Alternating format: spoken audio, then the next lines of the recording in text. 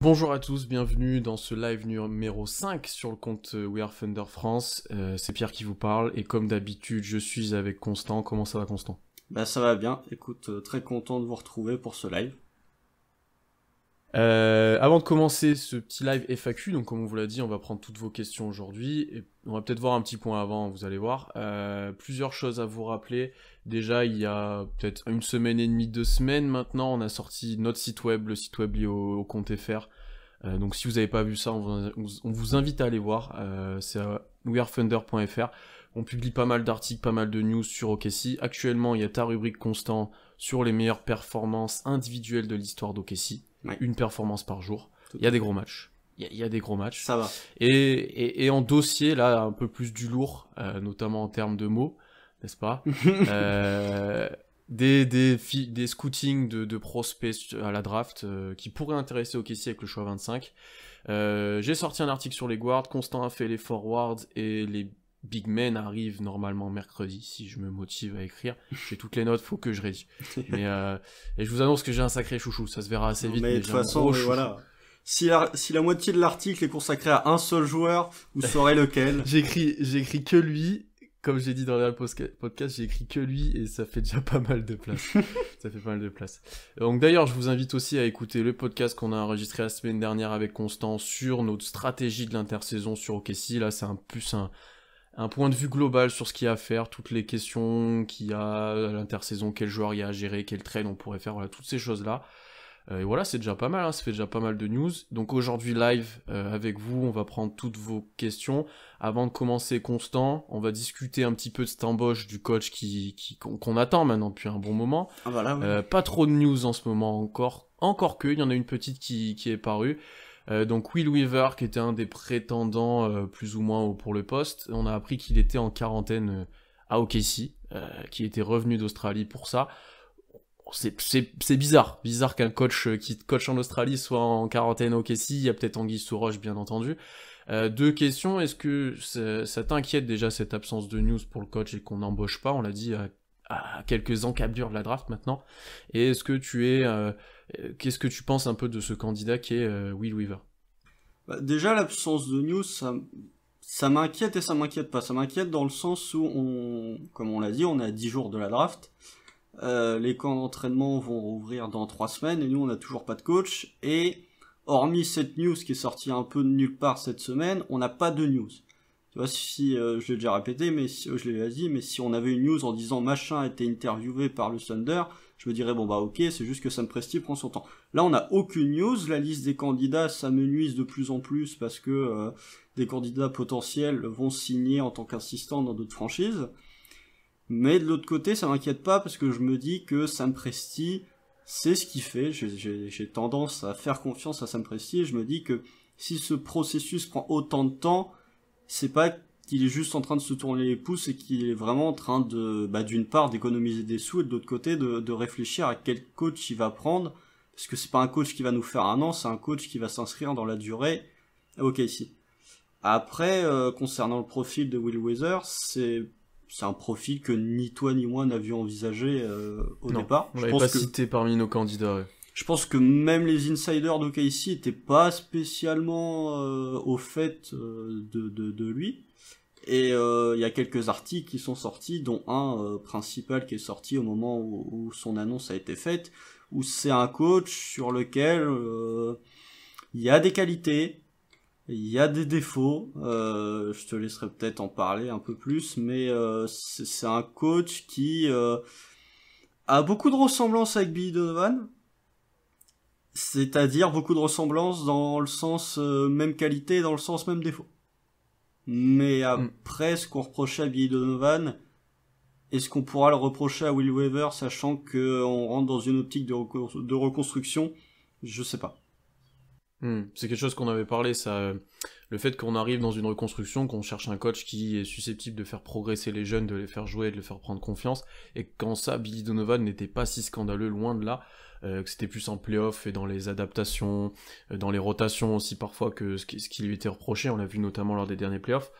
Ouais, comme tu l'as dit, pas mal de points communs à ce niveau-là. Weaver, il avait été il était prétendant, je crois, au poste pour New Orleans avant que Van Gundy prenne le poste. Il était pressenti. Oui. Pour parler de son expérience un petit peu, il a eu surtout une grosse expérience à Philadelphie, puis aux Nets. C'est surtout celle-là dont on va parler. Bah, il a été on fera son... coach de l'année en G-League. En G-League, voilà, des Nets. exactement. Quand c'était Kenny Atkinson qui coachait l'équipe des Nets. Il est pas réputé pour être un énorme coach offensif, donc ça sera plutôt quelqu'un d'analytique de ce qui est ressorti, recherche de lancer franc, tir à 3 points. Ça en soi, c'est pas scandaleux, c'est pas quelque chose qui nous dérange trop si c'est pas poussé comme Houston, je pense, toi comme moi on est d'accord. Par contre, voilà, l'aspect, si on progresse dans le futur, comme tu l'as dit, c'est pas pour l'instant le cas, mais ça sera peut-être embêtant en playoff. Mais ça nous embête peut-être pas forcément qu'il recherche le côté analytique, mais que ce soit pas un coach offensif innovant, ça c'est un point qui était important pour tous les deux. Et ça c'est plus compliqué avec lui comparé à Will Hardy par exemple, qu'on est tous les deux plutôt convaincus, ou d'autres prétendants qu'on a parlé en podcast. Après, il y a ce côté qui a été souligné chez Will Weather, c'est qu'effectivement, c'est pas un grand coach offensif, mais pour l'instant, enfin, sa vision qui est très analytique, qui est très axée sur le tir à 3 points, sur les lancers francs, et une vision qui colle plutôt à ce qu'il faut faire en 2020 en NBA. Ouais, NBA moderne, exactement. Exactement. Et pour répondre à une question qu'on a, Atkinson s'en est où ? Il avait normalement accepté d'être assistant aux Clippers de Tyronn Lue. Mais je crois pas que le contrat est ressorti, voilà, il n'y a pas eu d'annonce officielle, donc c'est un peu en stand-by. Mais nous, on était parti dans l'optique qu'il était plus vraiment disponible et qu'il n'était pas forcément intéressé par le poste à OKC. Je pense que même Sam Presti est pas dans une optique de vouloir recruter un coach qui a déjà coaché en NBA. Ouais, et qui sera peut-être plus cher. Du coup, clairement. Tu vois, de ce que j'ai pu lire, il y a un article d'Eric Horn sur The Athletic, si vous avez l'abonnement, je vous invite à le lire, où il parle des nombreux candidats, des potentielles promotions en interne, mais aussi du fait que de prendre un coach rookie, ça coûte peut-être 2 fois moins cher qu'un coach, même comme Billy Donovan maintenant. Bah oui, après, il y a le problème, c'est que les sources se regroupent pas en fait. Tu lis l'article de Mark Stein, t'as plusieurs noms qui vont ressortir, tu vas voir que si tu lis l'article de Stein, t'as 3 noms qui ressortent comme des prétendants, et ensuite t'as 2 noms qui sont potentiellement des cibles mais qui sont pas considérés comme primordiales. Tu lis l'article d'Eric Horn, tu te dis bon bah il est en train de nous dire plus ou moins qu'on pourrait partir sur une promotion en interne. Ensuite t'as Will Weaver qui rentre dans la conversation, donc c'est compliqué en fait d'avoir vraiment des sources qui se recroisent quoi. Ouais, un truc, une bonne information. Ouais, on va arrêter là pour ce petit sujet-là, parce qu'au final, on n'en sait pas énormément, on en a déjà beaucoup parlé, et je pense qu'on en reparlera au moment où Will Weaver ou un autre sera choisi. Donc déjà, on va commencer. Ça risque pas d'être Mochix, ouais, effectivement, vu qu'il est je l'avais parié, moi je l'avais dit, mais bon. Ouais. Donc on a perdu. Faut aussi recruter des assistants d'ailleurs, c'est quelque chose à mentionner. Non mais attends, déjà trouvons un coach avant de trouver des assistants. Exactement. On va commencer de prendre des questions. On va commencer par 2 questions qui nous avaient été posées sur Twitter quand on a mis le visuel du live. Donc je salue tout le monde qui arrive. Là je vois que Tom arrive, donc je salue Tom. La première question, elle était de Sonia qui nous suit beaucoup. Donc c'était CP3, Schroeder, Gallo à la reprise à la NBA en décembre, il restera qui ? Alors ça fait un petit peu écho à notre podcast de la semaine dernière. Je vais donner moi des probabilités sur qui il reste. Tu vois, je pense Gallinari, il est plus là en décembre à 85% au moins, voire plus. Chris Paul, je mettrais 60. Et Schroeder, je mettrais 40, voire 35. Gallinari, on l'a assez dit, il veut partir.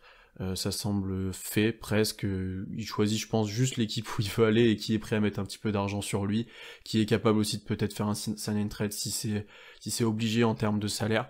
Mais lui, c'est très très probable Ouais, franchement, tu vois, ça paraît compliqué. La seule différence qu'il y a entre le podcast qu'on a fait la semaine dernière et ce live, c'est qu'on a enfin le montant exact du salary cap qui va être de 109 millions. Je vous laisse regarder, mais allez regarder sur Basketball Référence les salary cap des équipes. Si Gallo veut aller dans une équipe contender, il n'y a aucune équipe qui pourra lui proposer un salaire décent. Donc oui, s'il y va, comme on avait estimé, ouais. S'il y va, c'est vraiment soit il sacrifie totalement son salaire et il prend la mid-level, soit ça passera par un sign and trade, ce qui a l'air d'être l'option la plus crédible pour Gallo. En tout cas, Gallo, très probable qu'il s'en aille. On l'a vu avec sa petite déclat sur Twitter. Je vous invite à retrouver si vous l'avez pas vu, c'est assez énorme.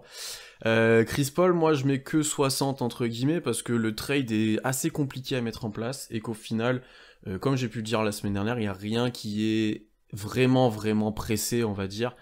Et voilà, ça sera un énorme trade avec pas mal d'assets qui seront envoyés. Il y aura peut-être 3 équipes, il y a pas mal de choses, mais ça reste quand même assez probable puisque c'est une cible prioritaire, on va dire, de pas mal d'équipes cette intersaison. Je sais pas ce que t'en penses. Je commence à devenir de plus en plus pessimiste concernant un départ de Chris Paul à cette intersaison. Pour revenir sur les deux autres, Gallo, t'en as parlé. Moi, je pense que à la free agency day one, il part parce que des deals ont déjà été signés de partout. C'est juste qu'ils attendent le moment où la free agency va débuter pour les annoncer.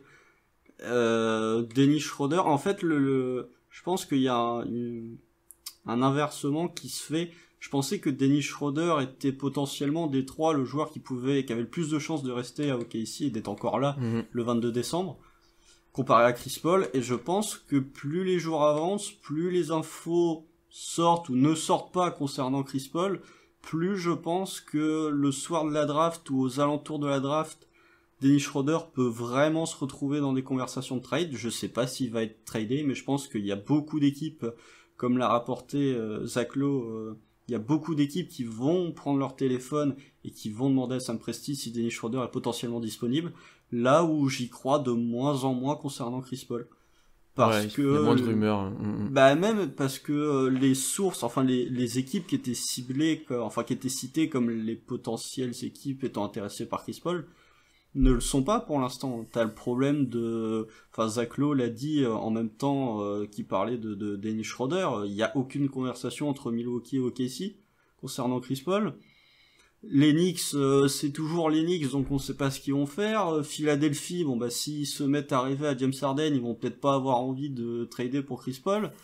Non. Et au final, au début de l'intersaison entre guillemets ou vers la fin des playoffs, il y avait beaucoup plus d'équipes que ça qui étaient considérées comme intéressées par Chris Paul. T'avais les Suns, t'avais Dallas, t'avais potentiellement Utah, t'avais potentiellement New Orleans. Au final, j'ai l'impression qu'on se retrouve juste dans un cas de figure où t'as les Knicks et les Sixers. Ouais, je suis d'accord avec toi. Les Sixers me paraissent peut-être candidats si Morey décide un peu de faire quelques mouvements. Mais ouais, ça se complique un petit peu. Donc à voir à ce niveau-là. Et je suis d'accord avec toi sur Schroeder, je rebondis sur ce que tu avais dit avant. C'est pas exclu du tout que quand on fait nos petits live tweets de la draft, on dise que Schroeder a été tradé. Honnêtement, ça paraît de plus en plus possible. À voir ensuite ce qu'on a en contrepartie. Ça serait peut-être un pic de cette année. C'était annoncé plutôt fin de premier tour même. Donc pourquoi pas avoir. Ça éviterait de le perdre pour rien. Ça c'est un débat qu'on a eu la semaine dernière en podcast encore une fois. Après la news de l'article de Zach Lowe qui nous a surpris, je pense, toi et moi, et pas mal de fans du Thunder, c'est celle concernant Gallinari, où il y aurait des reports comme quoi les Wolves seraient très intéressés par Gallinari et pourraient nous offrir leur pick 17 plus James Johnson contre un trade de Gallinari. Je pense que ni toi ni moi nous attendions au fait que... Autant. Et c'est surtout, Zach Lowe rajoute une couche en disant que il pense, alors après c'est son avis, c'est pas forcément ce qui va se passer, mais il pense que OKC serait capable d'avoir mieux pour un sign trade de Gallinari. Celui-là de trade, je sais pas toi, mais je signe. Ah mais tout de suite, moi je signe tout de suite. Clairement, un pick 17 plus James Johnson, moi vraiment, si c'est ça pour un sign trade de Gallinari, alors que tu pourrais le perdre entre guillemets pour rien, moi je signe tout de suite aussi. Ouais. Donc ça c'était la surprise de l'article, tu fais bien de le souligner. C'est vrai que la valeur de Gallinari, au final, on avait peut-être sous-estimé. Je pensais pas qu'on pourrait avoir ça, à voir ce qui se passe au final, mais cette rumeur est plutôt favorable et va plutôt dans notre sens, on va le dire. Ouais, on a peut-être sous-estimé la valeur de Gallinari, et par contre, de notre côté, on a peut-être surestimé la valeur de Chris Paul. Et peut-être de Schroeder un petit peu, à voir aussi, parce qu'on parlait nous plutôt d'un pic pour monter, ou je sais pas. Schroeder, ça tout dépend de ce que t'entends par milieu fin de premier tour, tu vois, ça peut être si c'est le pick 14, on n'était pas très loin de ce qu'on prédisait pour Schroeder. Ouais. Si c'est le pick 27, effectivement, on avait vu sa valeur à la hausse. Je regarde s'il y a des questions. Ouais, il y en a une de Tom. Shea ou un pick top 10 2021. La question est un peu compliquée parce que 2020, j'aurais dit non, on garde Shea. Et par contre, 2021, ceux qui sont pas au courant, on annonce vraiment une draft monstrueuse avec peut-être 6 prospects qui seraient top 1 cette année pour citer Alan Guillou d'envergure que vous avez l'occasion de revoir dans les articles. Donc ça pourrait un peu plus de discuter. J'aurais tendance à dire que déjà on aura les deux. Peut-être. C'est fort, quoi. Et ensuite que Shea apporte quand même beaucoup plus de sécurité et reste un prospect très intéressant. D'ailleurs, dans le classement qui est sorti des joueurs de moins de 23 ans, c'est ça, il est top 10, il est 7, je crois. 7, ouais, mais alors, le classement... Quel Ouais, il peut poser à débat, mais rien que là, il est top 10 encore, donc c'est plutôt intéressant et positif. On l'a dit tous les deux, c'est plutôt un général dans le futur, mais il apporte quand même un... Oui, un lieutenant, d'ailleurs j'ai dit général, oui, un lieutenant. mais il apporte quand même pas mal de choses, un bon numéro 2, il a de la création balle en main, il est capable de scorer, il est capable de défendre sûrement plusieurs positions dans le futur, il a progressé au tir, donc oui, il y a peut-être un prospect qui aura un plafond largement plus haut en top 10 2021, mais tu sais jamais ce qui peut arriver, et ça paraît assez compliqué. En plus, 2021, ça sera l'année de sa prolongation, donc ce sera intéressant de voir ce qui lui est proposé comme argent. Oui, et puis dans tous les cas, le top 10 2021, il finira quand même chez nous, donc... Oui, mais ouais, la question, je sais pas ce que t'en penses toi si tu devais choisir, mais c'est assez compliqué. Non, moi je préfère garder le joueur avec lequel j'ai le plus de certitude. En fait, Ouais, tout dépend de ce que t'entends par top 10 2021, effectivement, si tu me dis... Si t'as le 1... Shea contre le 1, bon bah oui, très bien, mais Shea contre le 9, ou même contre le 5-6... c'est pas pareil. Non, parce que, tu vois, Shea... a quand même montré, rien que sur 2 saisons, qu'il était capable d'être un très bon joueur en NBA. Et là, quand tu vas arriver en saison 3 de Shea, où il va avoir beaucoup plus la balle, tu peux arriver dans une situation où il le sera pas parce que le bilan d'équipe sera pas bon, mais il aura les stats, un peu comme Booker, les stats d'un All-Star. Ou d'un border All-Star. Donc je préfère garder un joueur qui m'offre des certitudes plutôt que de... prendre un pari sur un joueur qui effectivement pourrait être plus fort mais qui a jamais foutu le pied en NBA. Tom, tu te dis d'accord avec nous en plus, c'était plus si on avait une offre, ouais bah comme on l'a dit, après ça dépend de l'offre et ça dépend de... Bien sûr, si on te propose le 1 contre Shea, ça se réfléchit plus d'une fois, je pense. Oui, mais après, est-ce que de tout l'effectif qu'on a et qu'on aura la saison prochaine, Shea c'est le joueur sur lequel tu comptes le plus au final? Ouais, si, je pense. C'est le plus intransférable, j'ai envie de dire presque. Ouais. Bon, sauf bien sûr offre incommensurable, mais ouais, on en a parlé. Il y a presque 3 joueurs intransférables et lui, il est tout en haut de la liste. Il y en a 2 qui sont intransférables. Pour moi, vraiment, n'importe quelle offre, je dis non. Il y en a un 3e où si l'offre commence à être intéressante, je réfléchis un peu plus. Donc Bazley, Shea et Lou Dort sont réfléchis. Ouais. Gros, je traduis. Je suis plutôt d'accord avec toi. Parce que je pense que vraiment, je sais pas pour toi, mais la chose que j'attends le plus l'année prochaine, c'est même pas la saison 3 de Shea, c'est la saison 2 de Bazley, titulaire au poste 4. C'est pour ça que... Et tu me fais une transition parfaite, parce qu'on a une question de Antonio Kessi 08. Bazley, c'est quoi le plafond pour vous? Donc je te laisse continuer, mais là c'est parfait. Bah, je sais pas. En fait... Non, mais vraiment, toi et moi, on a galéré quand on a essayé de trouver une comparaison à Bazley, parce que en fait, il a un profil qui est tellement bien pour la NBA en 2020. Quand on a vu déjà sa bulle, en fait, sa bulle m'a donné beaucoup d'espoir en Bazley, parce qu'il avait enfin pris un peu de poids. Il prenait moins de décisions qui étaient un peu plus... il prenait moins de décisions stupides. Son tir extérieur commençait à rentrer, il avait fait des progrès à la création.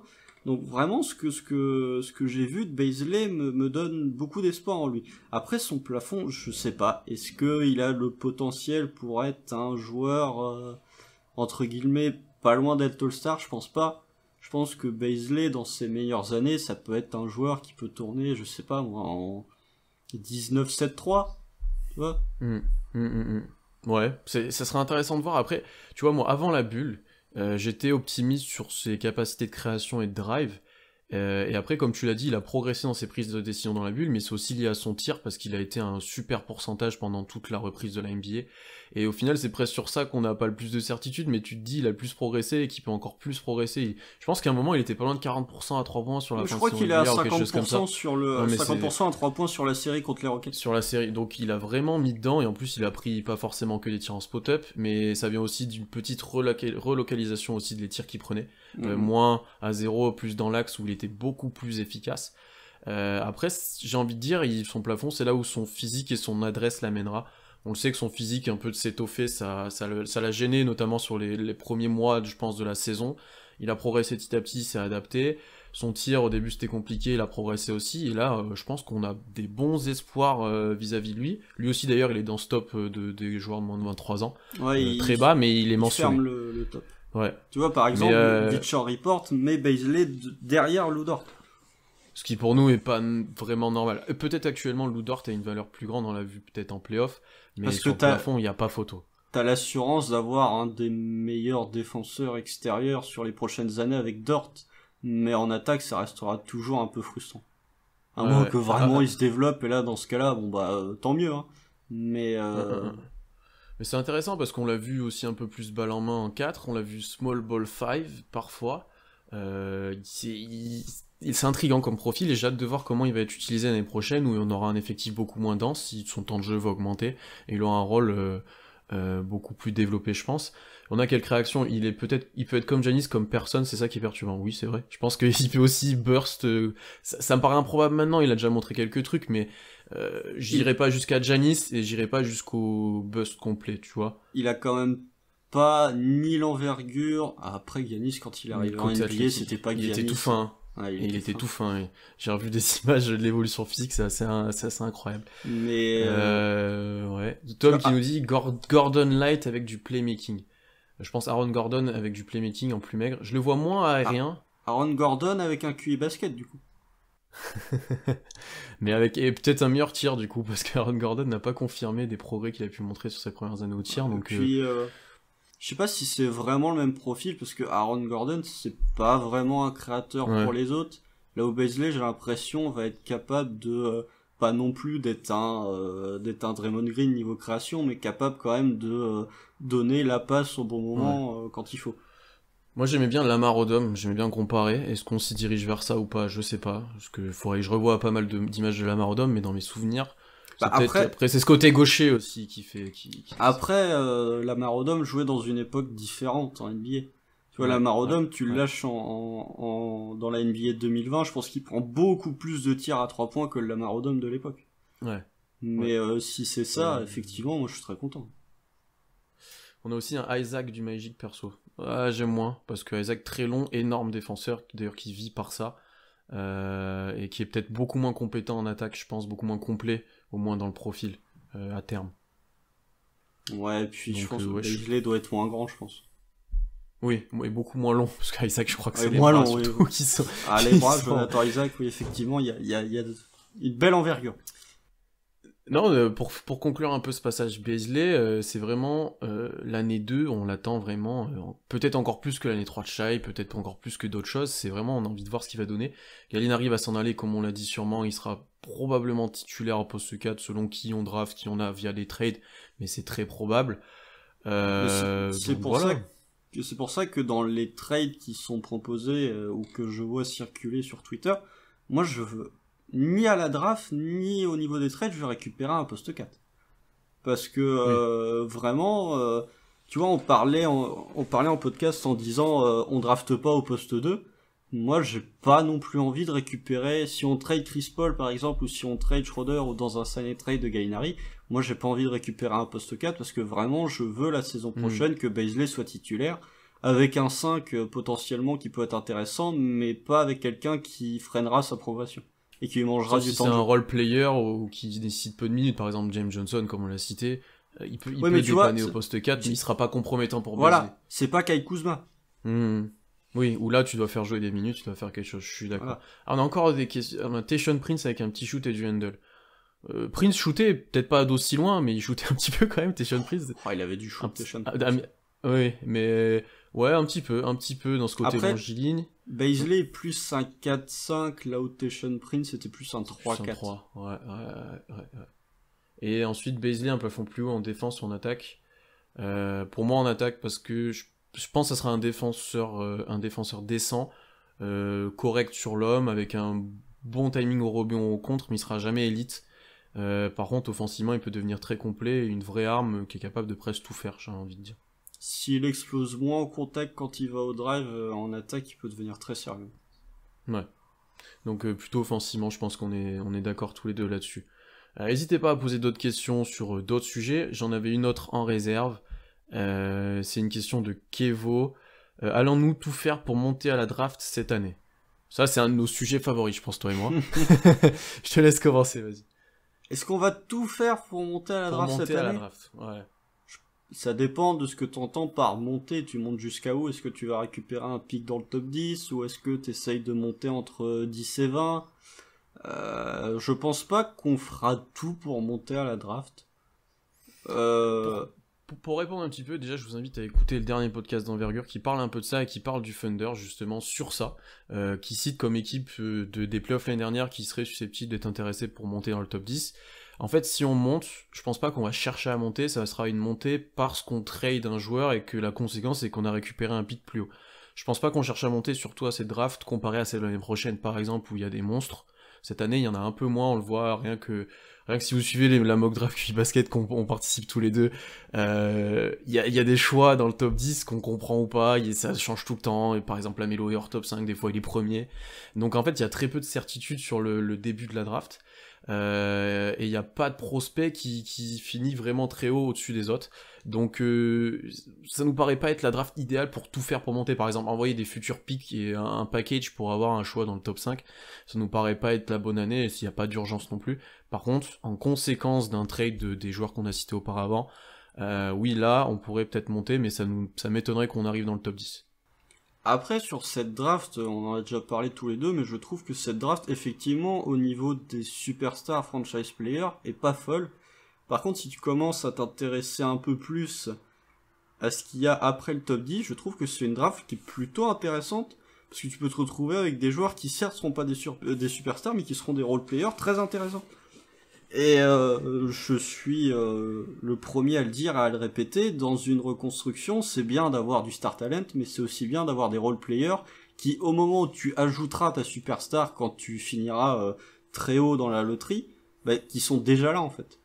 Et justement, je me dis que quand tu vois le profil de certains joueurs dans cette draft, je me dis que Sam Presti va pas monter pour aller chercher ces joueurs-là, mais que si via un trade de Schroeder notamment on se retrouve avec un pic entre 15 et 20, ce serait intéressant d'avoir ces joueurs-là dans ta reconstruction. Complètement. Et d'ailleurs, si on fait le lien un peu avec le début de podcast, c'est peut-être ça qui inquiète aussi certains coachs, c'est qu'on a peu de certitude sur les joueurs qu'on a, on l'a déjà dit un paquet de fois. Il y a au final peu de jeunes joueurs dans l'effectif qui sont vraiment prometteurs et qu'on sait qu'ils seront là pour un moment. C'est les 3 qu'on a cités en gros depuis le début. Donc ouais, ça peut être intéressant d'avoir des prospects du coup qui seront des futurs role players. Ça, on en a décrit pas mal dans nos articles, je vous invite à aller voir, notamment celui sur les guards. Je pense à Desmond Bane qu'on est, Oui. on est fans tous les deux. Si tu l'as, certes c'est pas le joueur avec le plafond le plus haut, le potentiel le plus grand, mais par contre lui je pense que t'as des certitudes pendant pas mal d'années et tu sais qu'est-ce qu'il va t'apporter, tu sais que le fit est bon. À l'aile aussi il y en avait certains comme ça, et je sais qu'au poste de pivot il y en aura aussi, et là où moi je miserais plus sur des gros potentiels, j'en parlerai, mais ouais, ça peut être intéressant d'avoir un autre choix un petit peu plus haut. Il y a pas mal d'équipes qui ont envie de se séparer de choses en plus, donc pourquoi pas, au mieux de rien avoir contre des joueurs, autant avoir un pic, largement. Oui, après, je pense que t'as plus de joueurs avec lesquels t'as des certitudes qui se trouvent au niveau des guards qu'au niveau des bigs. Ouais, c'est une draft presque toujours d'ailleurs. Quasiment, oui, mais c'est une draft où t'as tellement de guards au premier tour, t'as genre 3 pivots qui vont partir au premier tour, où au final, c'est plutôt une bonne chose d'avoir un départ peut-être de Schroeder ou de Chris Paul, parce que tu peux te dire, je vais me retrouver avec des trous à combler au poste 1, je vais pouvoir drafter un guard, typiquement Desmond Bane, mais d'autres, qui vont m'apporter quelque chose et qui vont, sans être des énormes scoreurs, vont fitter avec Shea. Donc, Non, mais de toute façon, si on draft le profil global de la draft, il y a énormément de guards, que ce soit à tous les niveaux, top 10, fin de premier tour, milieu, il y a que des guards. Franchement, tu peux en prendre un intéressant, je pense, à n'importe quelle position. Des ailiers, il y en a au final peu, et même ceux du top 10, c'est des ailiers qui sont pour l'instant surtout élites en défense, et que certains ont un shoot, mais il n'y a pas, par exemple, comme l'année prochaine, il pourrait y avoir, de Kevin Durant-like, j'ai envie de dire, qui sont capables de tout faire vraiment énormément, et qui seront vraiment forts, donc c'est pas forcément une année pour aller chercher un énorme ailier, et en pivot, t'en as 2-3 en très haut de la draft, et ensuite ça se retrouve aux alentours de 20. Si on enlève Wiseman, Topin et Okongwu, après c'est fin de premier tour. Non, t'as pas Patrick Williams. Ouais, mais est-ce que c'est vraiment un intérieur? Tu vois, c'est un 4, ouais. Oui, c'est pas un pur grand, mais je suis d'accord avec toi. C'est plus un joueur qui pourra jouer 5 que 3. Oui, c'est vrai. Et qui d'ailleurs parfois annonce top 10 aussi. Donc là, il y a un vrai trou au milieu en fait. Donc c'est vraiment, je pense, à la place de 25 qu'on a, c'est plutôt faire un pari sur un grand. Et il y en a des très intéressants. Il y en a deux, moi notamment, que je suis fan. Alors que pour d'autres postes, il y aura des choses intéressantes, notamment pour avoir des role-players. Même Théo Malédon, c'est plus qu'intéressant en 25. Hein. Oui, bah c'est clairement intéressant. Après, il y a aussi ce truc de se dire, il y a tellement de guards à cette draft que t'en as forcément qui vont chuter. Ouais. Typiquement, Tyrese Maxey, pour revenir encore à lui, tu regardes les mock drafts, il y a 3 mois il était dans le top 10, maintenant il se retrouve dans le top 20. Bon, bah écoute, si tu te retrouves avec Tyrese Maxey qui est encore disponible en 17, 18, 19, bon bah moi j'ai bien envie de le prendre, mais ouais. encore une fois, le fait d'avoir tellement de guards à cette draft et que nous on va vite se retrouver avec des besoins au poste de guard, bah ça va nous permettre justement, si on récupère un pick via un trade de Schroeder, pas de monter, mais si on monte, on sera pas dégoûté, quoi, on sera plutôt content. Après honnêtement, on va très vite avoir des besoins à presque tous les postes.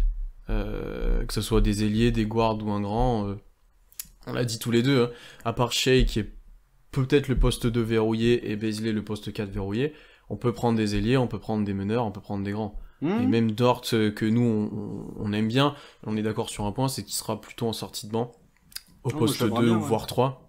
Donc là-dessus, il faut vraiment drafter au talent, bien qu'on ait dit ça peut être intéressant d'avoir des role-players et tout, mais il faut pas se priver d'un talent supérieur pour prendre un fit sur un poste en fait, c'est surtout ça.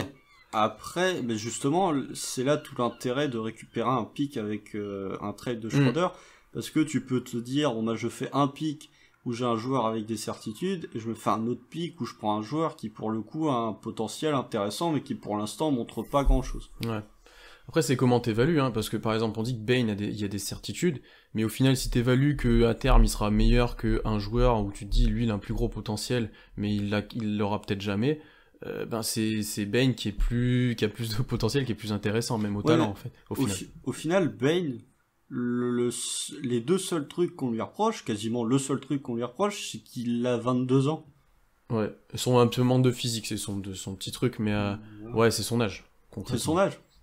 Moi je veux bien drafter un joueur qui a les mêmes qualités que Malcolm Brogdon s'il est un tout petit peu plus vieux. Actuellement tu me dis...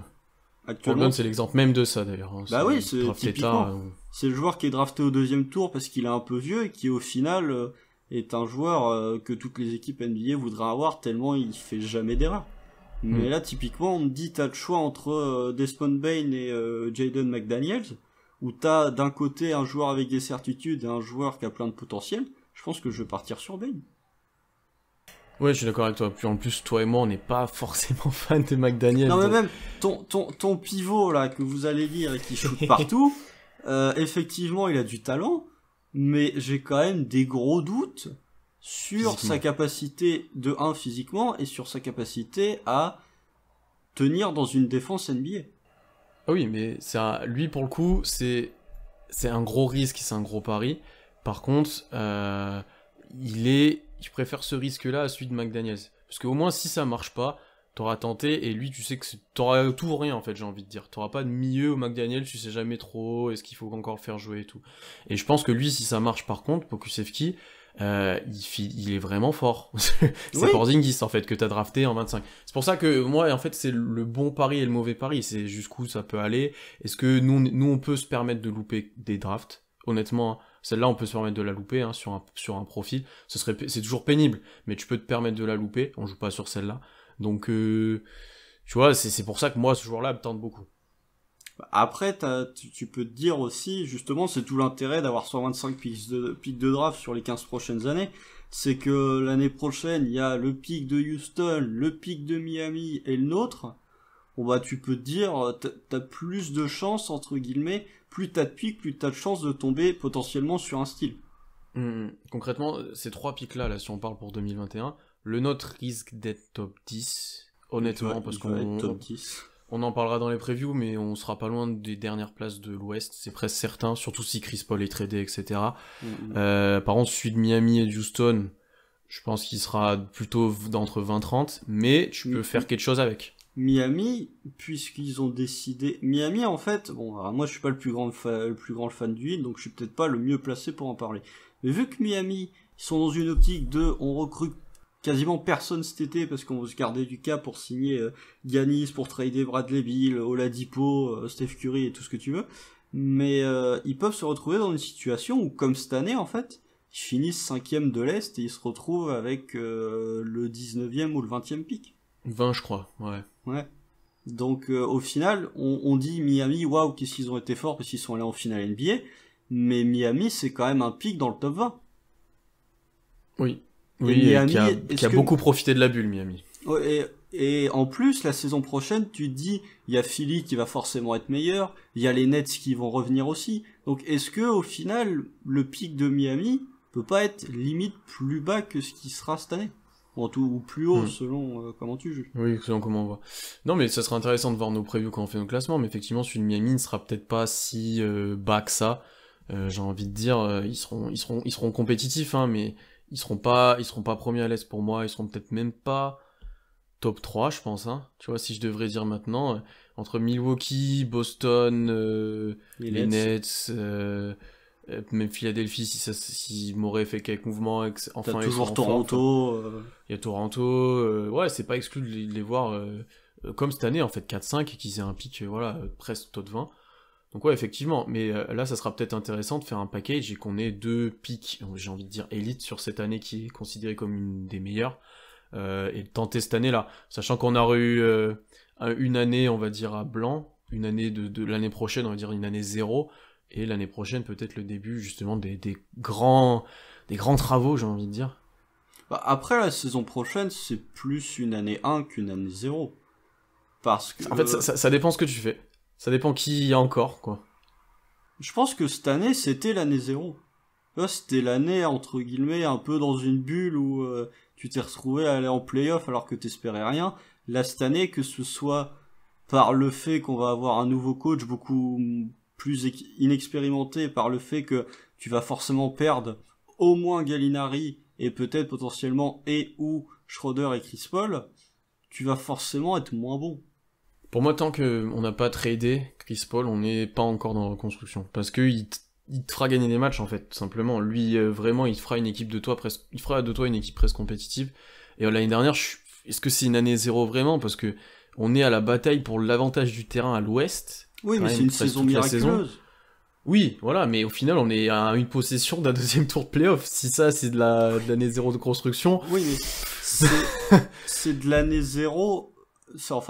Effectivement, on a gagné des matchs, mais on a gagné des matchs par des joueurs qu'on a récupérés et qu'on a récupérés parce qu'on se lançait dans un processus de reconstruction. C'est pas des joueurs qui nous ont fait gagner alors qu'on les avait avant. Tu vois, Gallinari, on le récupère. Pourquoi on le récupère? Parce que on trade pour Paul George, parce qu'on se lance dans un processus de reconstruction. Chris Paul, pourquoi on le récupère? Typiquement, c'est pas pour qu'il nous fasse gagner des matchs, c'est juste pour équilibrer les salaires pour que Westbrook puisse partir à Houston. Je suis d'accord avec toi que ça devait être la première année. Mais et après, ça clique et du coup, tu te retrouves dans une situation où tu gagnes des matchs. Mais je pense... mais du coup, dans le souvenir collectif et même pour nous, on n'était pas dans une année de reconstruction, c'est ça que j'ai envie de te dire. C'est vraiment une année où on était même, j'ai envie de dire, presque meilleur que les années d'avant. Non, bah clairement, on aurait pu gagner 50 matchs, mais... Oui, on aurait pu gagner 50 matchs, on aurait pu être au deuxième tour des playoffs, donc on aurait pu faire mieux que pas mal d'années avant, en fait. Donc, ouais, ça sera à voir. L'année prochaine, ça risque d'être une année assez spéciale pour tous les fans d'OKC, d'ailleurs. Je vous invite d'ailleurs, si vous avez à poser vos questions, à laisser vos avis aussi sur ce qu'on dit, à réagir, hein, si vous n'êtes pas d'accord ou si vous êtes d'accord du coup. Il y avait une petite remarque là, ça peut être intéressant de parler de ça. Qu'est-ce qu'il faut faire? C'était juste iPros qui nous demande, enfin qui nous dit, il faut faire quelque chose de nos pics. Qu'est-ce que tu ferais des pics? Moi, je suis d'avis d'être patient, genre la première chose, on n'a rien d'urgent, et de s'en servir, bon déjà pour drafter certains joueurs, mais par contre, quand on a cette star, quand on a ce lieutenant qui serait Shea, quand on a peut-être ce troisième gars qui serait Bazley, là de faire des trades pour avoir l'effectif pour aller très très très loin. Mais en fait s'en servir de monnaie d'échange au moment opportun pour avoir cette pièce manquante qui fait de toi d'une équipe de playoff à une équipe titrable, j'ai envie de dire. Je suis d'accord avec toi. Je pense que les pics qu'on a, j'y touche pas avant 2-3 ans. Ouais. Et au moment... Parce qu'ils vont prendre de la valeur en plus. Ils vont prendre de la valeur de 1 et de 2.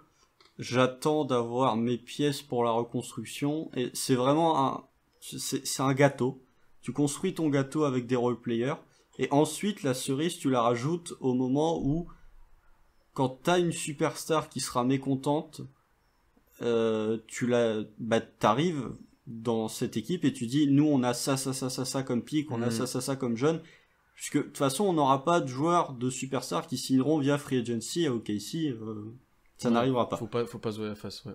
Et justement, le fait d'accumuler ces picks, ça te permet, au moment où tu as une superstar qui sera mécontente et qui demandera à trade, d'offrir un package que les autres équipes pourront pas offrir. Et là, pour le coup, tu rajoutes ta superstar.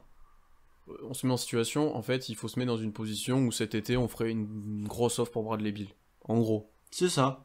Si Bradley Beal, si dans 2-3 ans, t'as une superstar qui se retrouve dans la situation de Bradley Beal ou d'Anthony Davis l'année dernière, c'est-à-dire je suis mécontent, je veux changer, toi t'arrives en disant j'ai tant de pics de draft, j'ai déjà mes joueurs entre guillemets cadres qui vont pouvoir bien entourer ces superstars, je la rajoute. Je suis d'accord. On a une question là de Grassin Samuel qui nous dit: vous pensez pas qu'être compétitif c'est beaucoup mieux pour la progression des jeunes, du moins essayer d'être compétitif? Ça, je suis d'accord avec toi. Alors je mettrai 2 points en avant pour la progression des jeunes, c'est d'abord les responsabiliser et les faire jouer, ça c'est important, ce qui t'empêche d'être archi compétitif, parce que si tu fais jouer trop de jeunes, souvent t'es pas les plus compétitifs, on va le dire. Et après, bien sûr, c'est d'être un minimum entouré de vétérans au-delà d'être compétitif. Si je m'explique, tu peux être jouer un bon basket, faire progresser les jeunes, gagner certains matchs parce que t'es une équipe correcte et que tu ne fais pas battre, tu fais pas n'importe quoi, tu fais pas battre toi-même, j'ai envie de dire, tu défends à peu près correctement, tu fais des bonnes choses en attaque, mais tu peux perdre beaucoup de matchs parce que ton niveau global est assez faible mais tu joues bien, et du coup tu progresses, ou à l'inverse tu peux faire n'importe quoi, et dans ce cas-là, là c'est négatif pour la progression des jeunes. Donc pour moi, ce qui est important là-dedans, c'est d'avoir un bon coach. Donc ça, c'est le point, bien entendu, qu'on a parlé un paquet de fois. Et d'avoir quelques vétérans qui entoureront ces jeunes. Mais des vétérans, alors cette année, avec Chris Paul, bien entendu, ça aide. Je pense que niveau mentoring, c'était pas mal.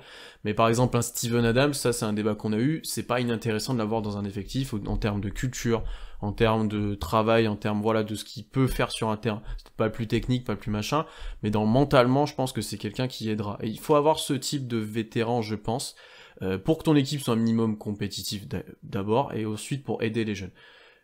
Donc on va pas vraiment, je pense que d'ailleurs ça se fera vraiment pas énormément, mais on va pas tanker vraiment, on va pas mettre n'importe qui sur le terrain, on va pas faire exprès de perdre des matchs en jouant n'importe comment. Je pense que dans tous les cas, OKC d'ailleurs peut pas se permettre, vu le petit marché, vu la franchise, tu peux pas te permettre de faire ça. Donc ça sera toujours donner le maximum, d'ailleurs c'est un petit peu dans la culture, mais de par ton niveau plus faible, tu perdras des matchs, et à l'Ouest, on va se le dire, t'as pas besoin d'être très nul pour perdre beaucoup de matchs. Non, et puis surtout, si tu te retrouves dans une configuration, par exemple la saison prochaine, où la NBA va favoriser beaucoup plus les rencontres intra-division, si tu te retrouves à jouer 6 fois les Nuggets, les Blazers, les Wolves et le Jazz, t'as pas besoin de tanker pour perdre des matchs. Après, moi, je suis dans une optique différente de toi, parce que effectivement, développer les jeunes, gagner des matchs et bien jouer, c'est mieux. Après, je me dis que ce soit pour Shea, pour Dort et pour Bazley, cette saison-là leur a apporté déjà tellement de choses.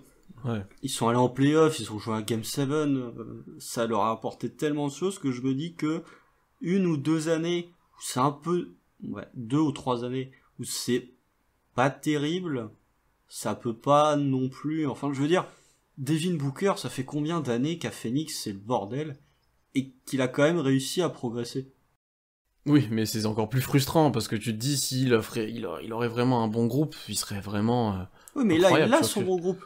Ouais, oui, mais allez, il commence de l'avoir, et du coup, il est encore plus fort.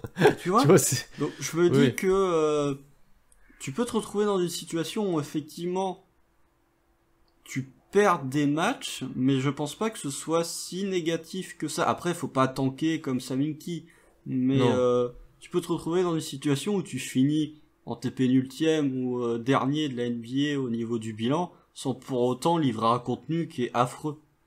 Et sans pour autant... C'est le mot compétitif. Je pense que toi et moi, on est d'accord sur le fait qu'on va pas jouer les playoffs tous les ans et qu'il faut pas le faire forcément et essayer de gagner le titre. Mais être... moi, ce que je disais, c'est d'être correct dans le jeu, j'ai envie de dire, de faire progresser, de mettre des choses en place, pas d'être comme les Knicks depuis un moment, quoi. Ouais, mais après, regarde, on va prendre une équipe, je pense que c'est un exemple typique de... Ils ont jamais voulu faire une reconstruction vraiment tankée pendant des années, et au final, ils se retrouvent dans la mouise actuellement, c'est les Pistons. Les Pistons, ça fait 10 ans qu'ils ont jamais essayé de tanker, qu'ils ont essayé de se retrouver compétitifs. À chaque fois, ils se sont retrouvés avec des pics 12 ou des pics 13. Ils sont allés 2 fois en playoff, ils se sont fait sweeper 2 fois. Moi, je préfère être une équipe... Bon, pas comme les Knicks, mais par exemple comme les Hawks, qui pendant 2 ans a reconstruit en disant bon bah alors nous on va développer nos jeunes, on va tester des joueurs, plutôt qu'être une équipe comme les Pistons qui se voile la face en disant reconstruit pas et qui au final bah ajoutera pas de superstar parce qu'à chaque fois ils se retrouvent avec un pick 12 ou un pick 13.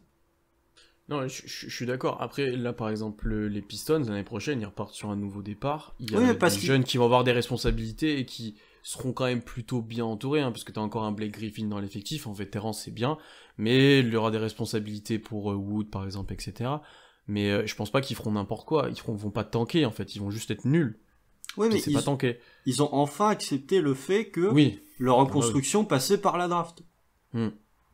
Tu vois, quand ils ont tradé Andre Drummond, je pense que Blake Griffin, t'en as parlé, mais je suis pas convaincu que Blake Griffin il reste encore longtemps à Détroit. Ouais, je sais pas. Bah, peut-être vu son contrat, oui, mais ouais, tu vois, ouais. Blake Griffin, s'il fait une demi-saison où il tient et où il joue comme Blake Griffin a joué la saison où les Pistons vont en playoff il y a 2 ans, je pense qu'il y a des équipes qui vont vouloir le récupérer. Mais les Pistons, ils sont enfin dans un processus de reconstruction. Là, ils se le cachent pas. Je pense que nous, on va pas le cacher. C'est juste dans l'ampleur de ce que tu veux mettre en place, en fait. Tu vois, moi, je suis pas fort. Je suis d'accord pour prendre des vétérans pour former les jeunes et pour les encadrer. Je préfère tester des joueurs plus jeunes qui feront peut-être pas l'affaire plutôt que de mettre des vétérans qui vont nous aider à gagner des matchs. Je préfère tester du jeune plutôt que de faire jouer des vétérans. Oui, mais après, par exemple, je te prends l'exemple de Steven Adams. Combien de matchs il va te faire réellement gagner ? Non, mais Steven Adams... Tu vois, je te dis ça, c'est un exemple. Hein. Est-ce que Steven Adams est vraiment un vétéran dans le sens où il a 27 ans ? Ouais, mais il a quand même combien de saisons NBA maintenant ? Plus 7, 8 ? 2013, il a connu... sa draft. Ouais, 7. Il a connu des longues séries de playoffs. Il est là depuis un moment. Tu vois, il a quand même... Pour moi, ça commence d'être un joueur affirmé, en tout cas. Tu vois, comparé aux autres, hein, en tout cas. Ouais, mais est-ce que... Au final, le temps de jeu de Steven Adams, tu vas pas le réduire en disant je préfère tester d'autres joueurs. Ah si, mais il sera encore là. Il te donnera la quinzaine de minutes et il sera en mentoring des autres. Oui. Et en plus, lui, il te dira jamais rien. Donc... Ah bah non. Mais après, est-ce que... moi, je préfère tanker une grosse année. Et vraiment qu'on soit nul, qu'on fasse un 20-62 et qu'on se retrouve avec un pic qui est dans le top 4 de la draft plutôt qu'on termine 12e de l'Ouest chaque année, qu'on soit frustré parce qu'on se retrouve avec un pick 10 ou un pick 11. Je vois ce que tu veux dire. Ouais, je vois ce que tu veux dire. Tu veux pas la demi-mesure où on est au milieu, on sait jamais... Non, après, je réduis pas la NBA en disant il y a que 2 types d'équipes, les équipes qui sont contenders, les équipes qui tankent. Il y a d'autres trucs, mais moi je préfère vraiment faire une année ou 2 ans où on est vraiment pas bon, plutôt que la reconstruction traîne pendant 3-4 ans parce que t'arrives pas à ajouter ta superstar qui va vraiment te faire franchir un palier. Après, j'ai envie de te dire, même avec rien que pour l'instant Shea, Bazley, Dort et la culture d'OKC, parce que ça n'a jamais été une franchise, à part peut-être la première saison, vraiment nuls. À la première saison. Oui. Il y aura toujours des équipes plus nulles que nous, j'ai envie, qui seront vraiment mal, qui ont un mauvais fonctionnement, on va dire. C'est-à-dire que le fait qu'on soit une franchise qui ait un bon fonctionnement, qui soit maintenant presque réputée, j'ai envie de dire, pour être faire des bonnes choses, etc. J'ai l'impression qu'on sera toujours meilleur que au moins 2-3 franchises. Par exemple, l'année prochaine, on sera meilleur que les Pistons, c'est certain, et dans plusieurs années, ça sera une autre franchise qui sera en moins bon état, mais voilà. Oui, mais si tu te retrouves dans le top 3 des franchises les plus nulles, t'as plus de chances d'avoir un first pick que de te retrouver dans le top 5 ou dans le top 10. Je suis d'accord, ouais, bien entendu. Après, on peut parier sur le fait que Houston et les Clippers seront très nuls et que les top 5 viendront de eux. Ah bah, dans ce cas-là, si tu te retrouves dans une situation où l'été prochain, t'as Kawhi qui fait, bon bah c'était bien Los Angeles, Tyronn Lue, mais en fait je vais partir ailleurs, bon bah effectivement, nous on va être très contents. Parce que on peut en parler très bien, mais Kawhi il a jamais dit qu'il allait finir sa carrière aux Clippers. Mais surtout si l'année prochaine ça se passe encore mal pour eux, on va le dire, ça risque de tout péter. Et pareil pour Houston, si ça se passe mal encore quelques années avec Harden et Westbrook, ça peut tout péter. Houston, c'est pas une question de ça peut, c'est quand est-ce que ça va tout péter. Le jour où Harden part, c'est fini. Hein. Je pense que Houston, pour le coup, faut vraiment garder les pics de Houston, parce que Houston, c'est une bombe à retardement qui demande juste à exploser. Et là, on nous dit, avec le nouveau système draft, pas forcément la meilleure idée de tanker. Oui, parce que ça t'assure pas un premier choix, mais dans un sens, si t'es la plus nulle équipe, t'es sûr d'avoir un top 4. Voilà. Si je me trompe pas sur le fonctionnement. C'est ça. Donc en fait, ils ont voulu détourner un petit peu le tanking, mais c'est juste plutôt détourner le fonctionnement de la draft qui est donné le meilleur pick à la plus nulle équipe. Mais ils ont voulu un peu brider ça, mais au final, ça va quand même tanker. Enfin, tanker entre guillemets. Puis surtout, même si les pourcentages ont baissé, t'as toujours plus de chances d'avoir le first pick en terminant avant-dernier de la ligue qu'en terminant 18ème. Ouais. Donc, en fait, est-ce qu'il y a vraiment du tanking à part de Philadelphie ? Je suis même pas sûr. C'est juste qu'il y a des équipes qui se disent, qui sont nulles, qui se mettent dans un processus de reconstruction, du coup font jouer des jeunes. Est-ce qu'on appelle ça du tanking ? Je sais pas. Quand Phoenix fait pas jouer Devin Booker pendant les derniers matchs de la saison, oui, un petit peu. Mais il y a pas mal d'équipes qui sont juste nulles. Hein. Le tanking, c'est ce qu'ont fait les Lakers l'année dernière. En fait, le tanking, c'est pas des équipes nulles qui essayent d'avoir le choix le plus haut, c'est des équipes qui se rendent compte qu'ils vont pas aller en play-off et qui du coup se mettent à perdre des matchs pour augmenter leur probabilité. Ça, pour moi, c'est du tanking. Le signe d'un tanking, pour moi, c'est quand tu fais plus jouer des joueurs valides pour monter dans la draft. Anthony Davis avec les Pélicans. Je crois qu'il y avait eu un moment où il jouait plus parce qu'il voulait plus en vie aussi, mais je crois qu'il y a un moment il y a eu ça. Tu vois, donc, typiquement, ce qu'ont fait les Lakers à partir du moment où ils ont fait, bon, allez, LeBron, c'est fin de saison, machin, ça pour moi, c'est du tanking. C'est pas des équipes qui sont mauvaises, qui tankent. C'est des équipes qui sont bonnes, mais qui se rendent compte à un moment qu'ils iront pas en playoff et qui volontairement repoussent les joueurs et décident de perdre des matchs pour augmenter leurs chances. Oui. Parce que Détroit, l'année prochaine, si on reprend cet exemple-là, que ça risque d'être l'équipe la plus faible de la ligue, ils seront nuls. Ils vont pas tanker, en fait, ils seront juste nuls. Bah oui. Leur meilleur joueur, ça sera Christian Wood. En gros, hein. Sauf, ouais, ça dépend qui draft, mais ouais, en gros, ça sera ça. Blake Griffin, s'il revient bien, mais tu vois, toi et moi, on n'est pas sûr de son destin non plus, donc... je vous laisse encore réagir à ce sujet, poser peut-être une ou deux questions, il nous reste 5 minutes. On a eu des gros débats, au final, plus que je pensais. On est parti sur l'avenir de la franchise, sur les pics de draft. D'ailleurs, je vous rappelle, allez suivre nos scouting draft, c'est important, si vous voulez vous renseigner. Je pense qu'on peut le dire, on sera... en live Twitch, je pense, pendant la draft. Oh bah moi, de toute façon, je me fais la draft. Oui, on va la regarder, On va pas faire un live podcast, parce que nous, notre pick est très loin dans la draft, donc il faudra broder pendant pas mal de temps. Si, avant la draft, tu vois, la période des transferts, elle s'ouvre 2 jours avant la draft, si on se retrouve avec un pick dans le top 10 ou pas loin, il y a moyen qu'on allume la caméra quelque part. Ou si y a un trade un peu fort avant, on fera peut-être avant la draft un truc. Non, oui, c'est pas exclu. Mais si ça bouge pas, non, on sera pas en live parce que faire un live de 1h à 3h du mat, faire un live d'1h à 3h30 du mat, ça va être un peu long.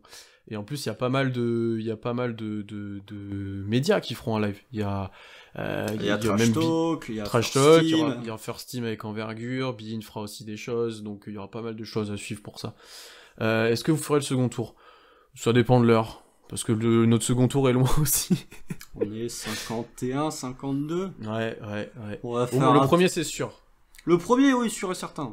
Là, pour le coup, le premier tour, tout le premier tour, moi je serais devant. Après le deuxième tour, je vais regarder les 5 premiers pics du deuxième tour. Après, le reste. Après, ça va plus vite, non? Par contre. Oui, ça prend moins de Parce temps, mais qu'il y ça a prend pas- quand il y a même pas- 2 bonnes heures.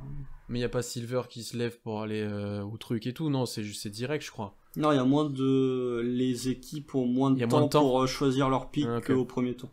Parce que je t'avoue que des fois aussi j'arrêtais à la fin du premier tour parce qu'au bout d'un moment. Mais la draft l'année dernière, premier plus deuxième tour, elle faisait de 2h jusqu'à 6h30 du matin, je crois. Vous voyez avec quelle équipe un potentiel sign and trade de Gallo pour avoir une meilleure équipe? Tu as cité Minnesota qui serait intéressé. Dans notre podcast, on avait pour avoir un meilleur pick. Minnesota du coup. Minnesota. Pour avoir un meilleur pick, parce qu'après en prétendant, on avait peut-être cité Philly, Lakers, Milwaukee. Là, on n'aura pas un meilleur pick. Dallas, ouais. Si Philly, c'est un meilleur pick en soi, si on récupère le nôtre. Oui, si on récupère le nôtre, c'est bien. Après, ce serait peut-être ça alors. Le problème, c'est que si tu fais un sign and trade de Gallinari, tu choisiras pas ton joueur. Non. Après, tu peux peut-être te mettre d'accord. Non, parce que ça sera après le trade, c'est ça? Je sais plus. Oui, parce qu'en fait, tu peux trader tes joueurs, les joueurs que t'as draftés à partir du moment où ils ont pas encore signé leur contrat. Ouais, voilà, exactement. Donc, tu peux très bien te retrouver dans des situations où à la draft, t'as Minnesota qui se retrouve à pick en 17, et puis au moment où la free agency va ouvrir, on va te dire que le joueur qui a été pick avec le choix 17 se retrouve au OKC parce qu'il a pas signé son contrat. Oui. Ah oui, tiens, c'est bizarre, il a pas signé son contrat, lui, il tarde un peu à le faire signer. Ouais. Ça arrive, de toute façon, ça arrive souvent que les rookies tardent un peu à signer leur contrat parce que les franchises préfèrent garder un peu de flexibilité. Après, s'il y a eu des discussions en amont, j'ai tendance à te dire qu'ils peuvent peut-être se mettre un peu d'accord, dans le sens où, par exemple, Presti peut dire, bah ok, on vous envoie ça, par contre, en 17, on veut que vous preniez lui s'il y a moyen. Tu vois, je sais pas si... Je pense que si Zach Lowe dit que Minnesota serait prêt à offrir le 17 plus James Johnson, je pense que forcément, dans les discussions, va y avoir la conversation, à un moment, va arriver sur, ok, on est d'accord pour faire ça, mais par contre, vous prenez tel joueur en 17. Ouais. Par contre, je réfléchis à Minnesota, bon, c'est pas le sujet, mais qui est-ce qui... Enfin... je suis surpris de cet intérêt-là, en fait. Bah si. Enfin, ça a logique dans leur effectif, mais je pense pas que l'année prochaine, ils soient déjà dans une optique d'être contender. Tu vois, Est-ce que Gallinari voudra aller là-bas? Parce qu'en soi, faut qu'il donne son accord. Bah, pourquoi pas. Quand tu dis qu'il veut être dans une équipe qui compétitive, joue le titre, je vais pas là-bas, moi. Les équipes qui sont vraiment contenders, il y a qui? Il y a les Lakers. Très bien. Les Lakers, je suis pas convaincu qu'ils soient attirés par Gallinari. Non, ils vont faire des coups, je pense, mais je pense qu'ils seront pas très très actifs. Ils vont faire Jeremy Grant, notez-le. C'est une blague. Mais les Clippers, il va pas retourner aux Clippers. Surtout qu'au poste 3, au poste 4, il y a quand même Paul George et Kawhi Leonard, donc je pense qu'ils sont plutôt sérieux. Denver va pas le faire non plus. Et tu regardes de l'autre côté, Milwaukee, sachant que t'as Chris Middleton et Giannis au poste 3-4, t'as vraiment envie d'ajouter Gallinari? Après, je crois pas. Giannis, c'est un 2, 3, 4, 5, j'ai envie de te dire. Oui, mais il joue essentiellement au poste 4. Et au poste 3, t'as Chris Middleton. Oui. Et 5 quand Brook Lopez n'est pas là. Ouais, je suis d'accord. Ou alors, on peut rajouter un truc parce que il y a 2-3 news qui circulent. Boston. Mais Philly par contre. Oui, mais Philly, va falloir qu'ils envoient des joueurs. En fait, si tu fais un sign trade de Gallinari, Philly a tellement pas de place dans le cap qu'ils vont être obligés d'envoyer soit alors Ford, soit Tobias Harris. Je t'avoue que Philly, c'est une équipe qui m'intrigue beaucoup sur ce qu'ils vont faire cet été. Avec tous les changements qu'il y a eu, tous les problèmes, ça va être intéressant de voir, et je sais pas du tout quel effectif ils auront l'année prochaine. Ça se trouve, ils auront le même, mais j'ai des doutes. Ah, mais pourquoi pas Boston? Ouais, parce Boston. Il y a Gordon Hayward qui visiblement a plus trop envie de rester à Boston. Est-ce que tu peux pas te dire, on va faire un truc, en plus Boston, ils ont besoin ils ont besoin d'un poste 5, mais est-ce que tu peux pas te dire, Boston, on prend le contrat de Gordon Hayward qui pour le coup est assez monstrueux, mais comme nous on a un peu de place dans le cap, on le prend. Et de l'autre côté, Boston envoie le pick 14 plus un sign trade de Gallinari. Ouais, pourquoi pas. Après, je pense que Boston est vraiment dans l'optique de recruter un pivot. Oui. C'est leur priorité, tu vois, donc ça risque de peut-être leur barrer niveau salaire, niveau... Justement, on arrive au problème où les équipes vraiment contender, Ouais, y en a pas. qui ont envie de signer Gallinari, il y en a pas. Et je pense que si t'es Minnesota, moi, t'as D'Angelo Russell, t'auras le first pick, t'as Karl Anthony Towns, tu seras pas contender, mais si tu rajoutes un Gallinari dans cet effectif-là, tu peux commencer à devenir vachement sérieux à l'Ouest. C'est que pour moi, top 8, et d'être à la bataille des playoffs, c'est pas être contender, quoi. C'est pas... Non, mais si tu rajoutes... Et puis leur first pick, à voir ce qu'ils en font aussi. Il faut voir ce qu'ils en font de ce first pick. S'ils prennent Edwards, ça complète, je trouve, bien leur effectif. C'est pas un choix scandaleux, mais bon, c'est pas un joueur élite pour l'instant. S'ils le trade, c'est qu'est-ce qu'ils ont à la place, parce que apparemment, il n'y a pas énormément de valeur autour de ça, il n'y a pas énormément d'équipes intéressées. Après, je pense que, typiquement... Non, pour moi, Minnesota, la saison prochaine, en fonction de ce qu'il y aura au niveau des trades et de la free agency, mais à cet instant précis, pour moi, Minnesota, je les mets dans le top 8. Je les mets devant Portland. Faut que je réfléchisse, moi. Je les mets devant Portland, ou devant les Kings, ou devant... même... Non, peut-être pas Utah, mais... Bon, faut que je réfléchisse, mais le classement de l'Ouest va être âpre. Ça va être dur à faire. Il y a 14 équipes 13 équipes qui voudront aller en playoff. Ça risque d'être très solide, On arrive à 1 heure de live, hein, Constant. Hein. On aura fait notre heure. Merci à tous d'avoir suivi et d'avoir posé quelques questions, d'avoir réagi. On était un peu plus nombreux au début, là on est un peu moins nombreux, c'est normal. Donc comme d'habitude, je fais encore mes rappels, allez sur notre site wearethunder.fr, regardez les articles récents, notamment ceux sur la draft, là ça approche à grands pas. On se donne du mal sur ceux-là, donc allez les lire, c'est toujours plus agréable. Et c'est les plus lus quand même du site, que je regarde un petit peu les stats, c'est quand même les plus lus. C'est logique. Allez suivre aussi la rubrique de Constance sur les performances historiques, et puis après on va sortir je pense pas mal de choses sur la draft, sur les joueurs, scouting, allez suivre bien sûr nos podcasts si vous n'avez pas eu l'occasion d'écouter celui de la semaine dernière sur l'intersaison, on est revenu avec un bon podcast, une bonne heure et demie sur les stratégies. La routine. Donc n'hésitez pas d'ailleurs à interagir avec nous, à nous poser des questions, à nous demander des choses par rapport à ça, c'est avec plaisir qu'on en parlera avec vous. Et ensuite, dernière chose, abonnez-vous à toutes les plateformes d'écoute. Je sais que quand j'étais chez Elnock Hebdo, il y a un peu plus d'écoute que maintenant, c'est normal, il y avait des abonnés, donc le temps que ça revienne, allez vous abonner à toutes les plateformes.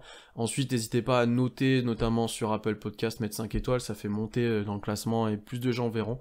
Voilà, et puis petit à petit, la communauté We Are Thunder France grandit, donc merci à vous de nous suivre. Merci, bonne soirée à tous, je vois ça. Constant, à bientôt. À bientôt. On va se revoir dès la semaine prochaine avec un podcast spécial draft, ça y a pas de doute, ça sera la semaine avant. Juste si je peux faire une petite annonce, si Sam Presti nous entend, est-ce qu'il peut attendre après la draft pour annoncer son coach maintenant, parce que ça va commencer à devenir un peu compliqué au niveau du calendrier. On a prévu un calendrier, c'était 7 semaines ou rien pour le coach, donc là Presti s'il te plaît, attends 2 semaines. Ou alors juste après la draft, comme ça on fait un méga podcast, on regarde les joueurs qu'on a eu et on fait le coach, comme ça. Oui, mais le week-end prochain, si on se retrouve à faire un podcast draft plus coach, non, ça va être long. Bon. Voilà, donc merci à tous d'avoir suivi, à bientôt et salut. Salut.